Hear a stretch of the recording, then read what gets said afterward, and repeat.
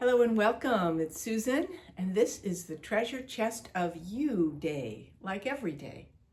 And today I have a certain kind of fire in my belly going on a few themes, and I'm really glad for it. And it may resonate with you, it may not, as they say on certain psychic channels. This is for entertainment purposes. This is just me conveying what is valuable and true for me, and I trust aligned with the wisdom of larger dimensions of the universe and our guidance and creation and source, and you'll get to see where it lands in you. So, with that little drum roll of the beginning, I want to talk about this matter of light and what is here for us as we move into the solstice time. And I'm doing a little myth busting in relationship to what I hear these days and have heard before that just doesn't sit with me, because I'm here, as we all are, to bring light. And I know in the Akashic records, which I have worked in for, 40 years now, 35 years, that before we came onto this planet, we were souls of light, right? And we actually, many stopped off in a world called Mintaka, which is part of Orion's belt. And I didn't know I was going into this all at the very beginning, but here we are. And it was the planet of light. Everything was light. There was no darkness. There was no absence of light. It was just pure light. And we came to that place as the place before we came here. And this was designed to be a planet of light creating in a physical capacity of the six senses. Not necessarily the heavy-duty emotional realm that we know, but the six senses, the sensation of living in a human capacity of creation as light. And of course, love, light, life are all the same continuum. So, knowing that for many years, when I hear various things mentioned, I go, how do I explain to people that that may not be all that there is of the truth that wants to come out? And since we are in a time where I'm talking about, and many are, it's not a time to hold back and shrink and all of that. I'm like, okay, I'm not going to hold back and shrink. I'm going to share what I feel is true and right. So, and real, not right, not real, true and real for me. Okay. So let's start with this idea of what's going on right now that we may be afraid of what's out of control, what is in control. What, it's both, isn't it? What's in control of our lives and what seems like it's out of control. And you could talk about that as political, governmental, in your life, personally, all of that. It feels like something else is in control and I'm not in control. And these are all deep triggers for many of us who have been here as souls, or you wouldn't be listening to this, for many lifetimes. It goes back to the fall. It goes back to Lemuria. It goes back to the time of the Sirius. All of that, when the civilization did in fact fall, so to speak, from pure connection to light. So we have that in our memory. So when a time like this comes up, where it seems very serious, like, oh my gosh, what's going to happen next? The feeling is we're back in that old place and it's about to go, right? Or this is just another cycle of collapse of the earth, etc. I don't believe it has to be that way this time, and that's why we're all here. But I wanted to mention it so you understand the depth, why you have such deep feelings right now about what's going on or what's not going on. And this feeling that light, so to speak, has not been chosen by the collective. Well, there is a huge amount of people in this world that are holding light, and it doesn't take the whole world to hold light for it to be here. Okay. There's also this feeling that in order to change, we have to do it through chaos. Again, that is an old wound, an old human belief that chaos brings creation. Sure, when you're fallen from grace, when you're out of alignment with Source, it looks like chaos is going to bring creation, because we always know how to make lemonade out of lemons, right? So it looks like we need chaos. But again, we've got to stop holding that, because it's creating more chaos, isn't it? If we hold a deep belief that you have to have chaos in order to have change, that's what shows up, right? So we're going to nix that one too, right? Okay. The other one also is, the more you fail, the more you succeed. You know, that we can be proud of all these times that we've failed, and it set us up for more success and valuing success and all of that. Yeah, we have failed as a society a lot, so we're still holding on to that belief that failure is part of the equation. I don't believe we have to fail in order to win, so to speak, or be successful in bringing love and light, right? We are successful in bringing love and light because we focus on it, not because we've failed, okay? I'm going to give you some examples in a moment to make this more concrete. The other one is this idea that we need people in this world to be who are assigned to be disruptors, to bring disruption to the planet. So again, we can go into chaos, and the feeling is if we bring disruption to the planet, it will change things more quicker. The transformation will be faster if we come in with this disruption, right? And so that could feel like, oh yeah, that's true, because man, do we have a lot of disruption going on in this world. And boy, we keep hearing that change is happening faster. And I'm not going to say that the two go together. In fact, I want you to remember what you know that's deeper than that. That the universe, God, whoever, did not bring people who are disruptors, who are hateful, cruel, mean, killers, all of that, evil, whatever you want to call it, to help the planet. We allowed in our fallen consciousness that kind of stuff on the planet.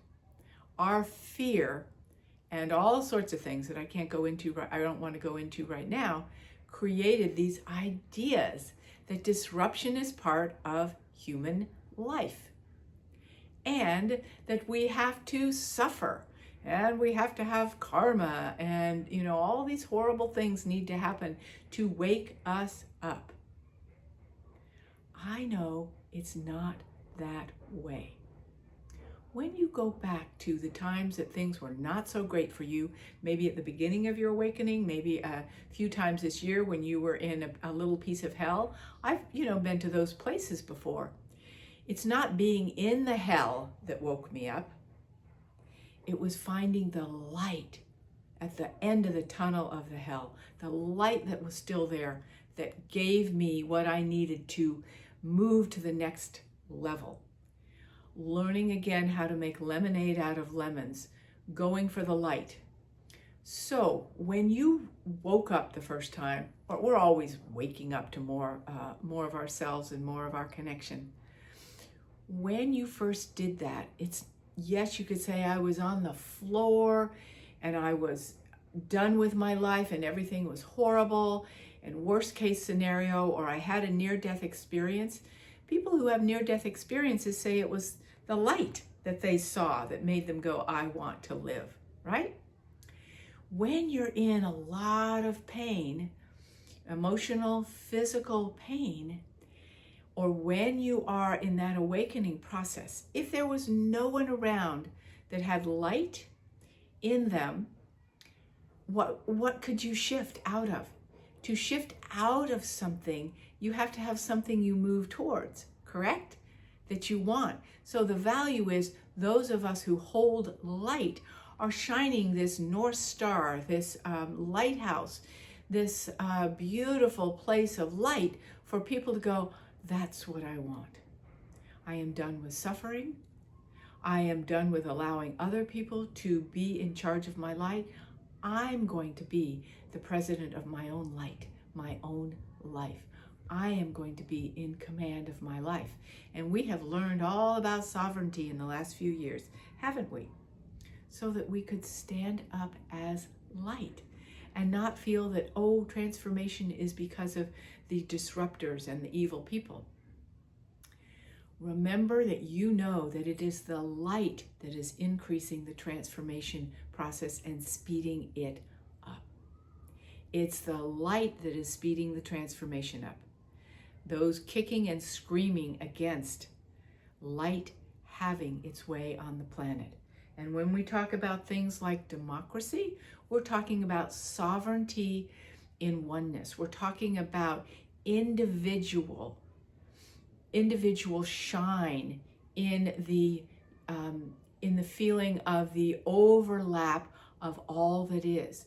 And that's what our true design is, to be here. Each of us a unique, individual, radiant field of light coming together to be a sea of humanity connected to light, right?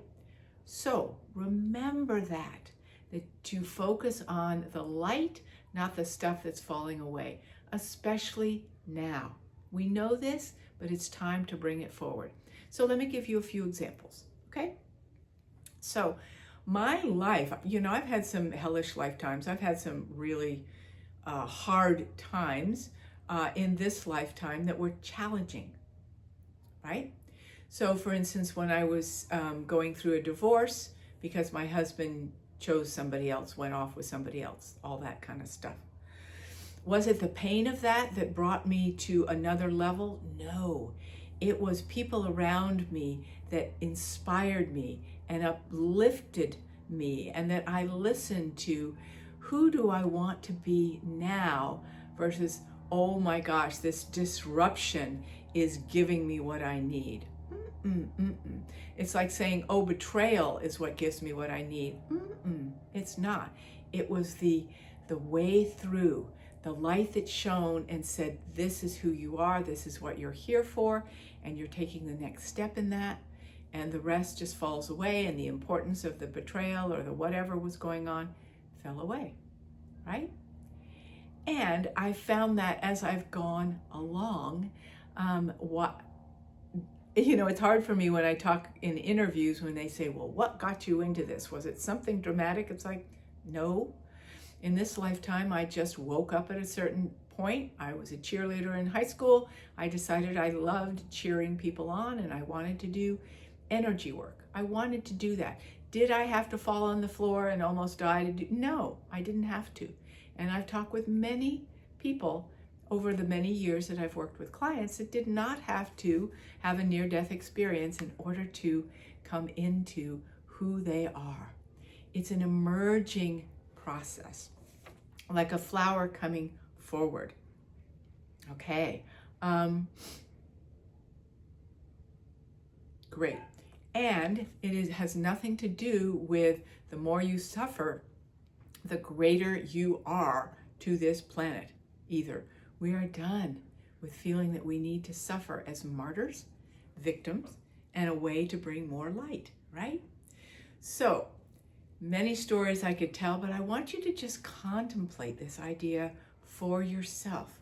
Because at a time like this that we are in, and yes, we hear that 2025 is going to be like river rafting over a lot of rapids, but at the same time, there's the long, wide river that we go through as well. It's up to us how rough those rapids are. If we are holding our connection of light, those rapids are like a fun roller coaster. If we are dug in and going, somebody's in charge, there's something outside of me that is in control, and these rapids I'm going down are because of all of what I need to go through. It's like, no, you don't need to go through it. Come to that place of lightness and beauty, and that place of knowing that you are a great creator. And this year is about great creation at the same time that there's a lot of disruption going on. So I invite you to get on the train, of light coming forward, standing up for the light that you know is true, holding that in yourself and knowing that that is the beacon of light for true change, for truth to be revealed, for change to happen, and the other will fall away. It won't get very far. We've had lots of examples of that lately. That's what I keep my eyes on, okay? For instance, in South Korea, they had tried to have a military coup. I don't know the exact words for it. It was done in 6 hours. That's what I focus on. Done in 6 hours, right? Things are turning quickly because we're holding and people are standing up and saying no to this idea that you have to have a disruptor, you have to have chaos, you have to have somebody that's going to be a militant that's going to take over your life. No, no, and no. Okay? You see how that works? Yeah. Yes, yes, yes to light, and yes, yes, yes to the community of light coming forward that we are supported by in humanity and in our brothers and sisters all around. So enjoy this time thoroughly. And if you want to, this very week, Friday the 13th, I love that date, I am doing an event to help you connect with your guides and your future self, to feel who you can be and what your future self wants to bring you as a gift for your 2025 coming up. Yeah, it's a particular timeline that you want to go into, a particular path that you want to go into, and you want some vision. You want some encouragement. You want some support in doing that. Then I'm doing this workshop for you to go into meditation and ritual space to find out what is yours to bring forward for this year ahead. So you can focus on the particular light of creation that is yours. I am so excited for you.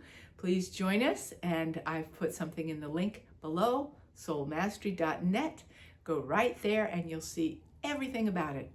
Okay, I am so with you in bringing a greater beacon of light within us to dissolve the fear of what might be and learn how to create what can be. For light, for love, is all there is. Blessings of light to you at this solstice time.